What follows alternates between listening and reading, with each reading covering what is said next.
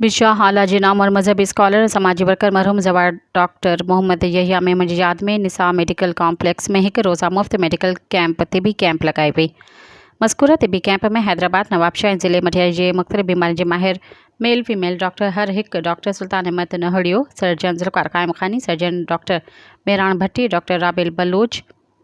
ऐं ॿियनि मुफ़्त तिबी कैंप में पहुतल मुख़्तलिफ़ बीमारियुनि में जकड़ियल मर्द औरत ऐं ॿारनि जी मुख़्तलिफ़ इलाज ऐं मुआलजे कंदे 200 खां मथे मरीज़नि जो मुफ़्त टेस्टूं ऐं इलाज कंदे खेनि मुफ़्त दवाऊं ॾिनियूं वयूं।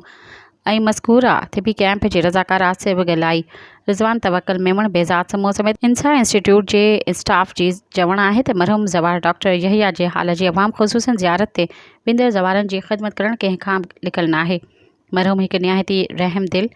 इंसान दोस्त इंसान हो,